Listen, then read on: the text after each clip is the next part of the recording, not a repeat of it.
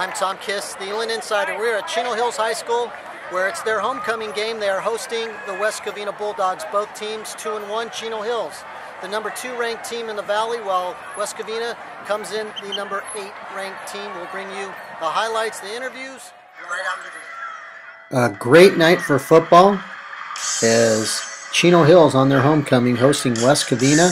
They would be receiving the ball and starting off with a big run here by Elijah Taylor. That's going to put them in great field position down to about the 17-yard line, where Chazz Eldridge is going to take this the rest of the way, 17 yards in the end zone for a touchdown. It's going to be 7-0.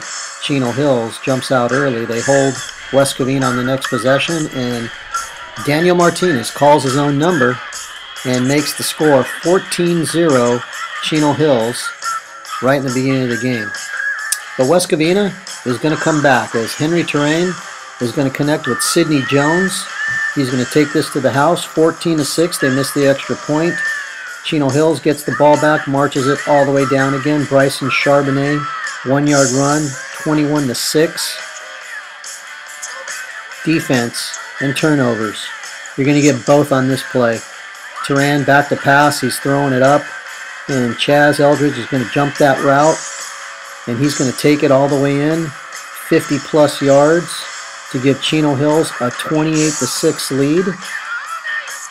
And in complete control at the end of the first quarter. But West Covina would wake up. They would start going to their ground game on this play. Take it all the way into Chino Hills territory. Now watch number 28, because even the camera missed it on this one. That quick handoff puts John Hernandez into the end zone, 28-12, another missed PAT. And then getting the ball back again, Josh Best. He's going to run that in, 28-19. West Covina back in the game, but Zach Sturdivant is going to hit Bryson Charbonnet once again, 35-19. Chino Hills in complete control. But they get sloppy. And when they get sloppy, Damian Ibarra is going to take this 80-plus yards into the end zone, cutting the lead down to 45-26. West Covina still alive. Sloppy play again. Martinez throws a pick. And West Covina would get a little bit of momentum here. They're going to actually start throwing the ball wide. Then they're going to pitch it off. They get a pretty good gain on this run, but Chino Hills was just too tough. They stopped them there, and in the fourth quarter, Justin Rogers completes the score. Chino Hills wins on their homecoming tonight by the score of 52-33 over West Covina. We talked to their victorious head coach, Matt Bechtel. 2 touchdowns in 3 plays. Talk about that quick start for you guys tonight.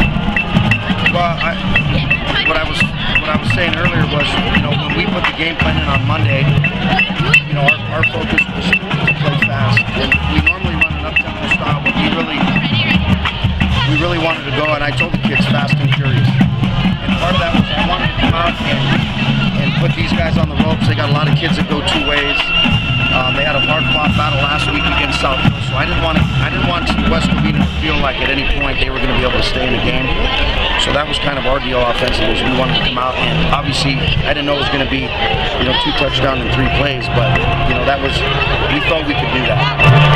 Obviously last week that big win over Tesoro, even playing Christian Montauk, now winning this week. What does that do confidence-wise for you guys going forward? A lot of people start talking about you, start getting rankings. What does that do? What do you do to try to keep the big confidence? Well, to be honest with you, I know it's going to sound like a cliche, but one of the things that I told these guys from the first day I took over was, we don't worry about the other team. We don't worry about who we're playing. We're not going to make Almont or Tesoro a bigger game than West Covina, because ultimately it's about what we're trying to do.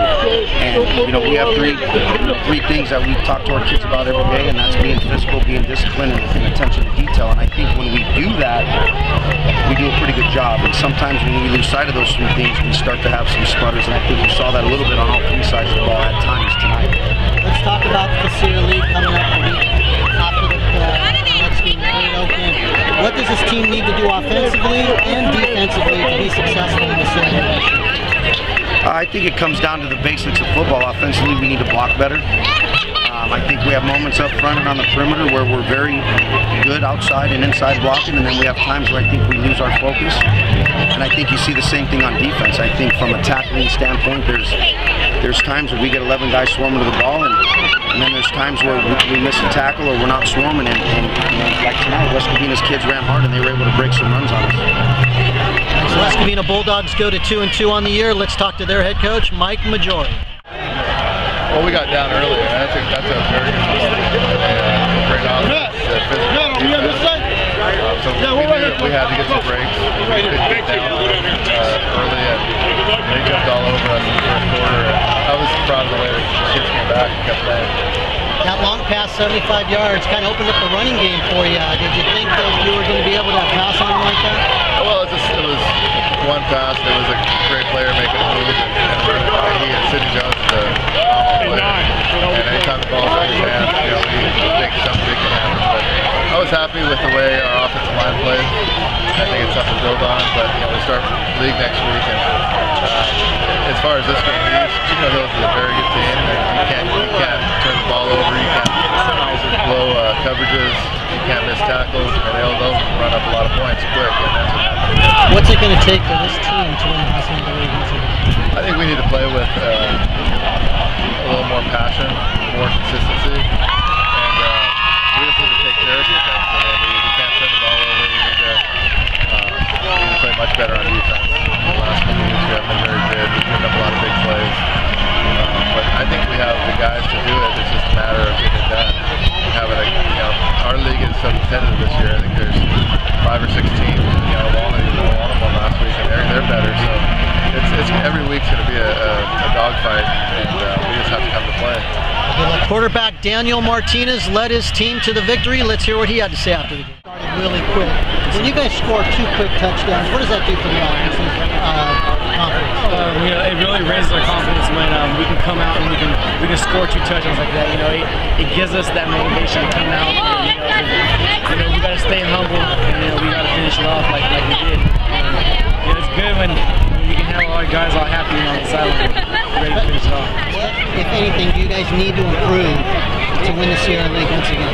There's always room to improve. And, I think if we can get everything crisp, we're never going to be perfect, but if we can limit our mistakes on situations when we need to limit them, then that would be awesome. We execute very, very well. Chazz Eldridge from Chino Hills had 3 touchdowns on 3 touches. A receiving touchdown, a rushing touchdown, and a pick 6. Let's hear what he had to say after the game. Your interceptions and return for a touchdown. I saw the ball up in the air, trying to make a play, but if it wasn't for the people in front doing what they were doing, getting pressure on the quarterback, I wouldn't have. You guys played some tough teams in the preseason. West Covina, West Covina tonight. What is it going to take for this team to win the Sierra League?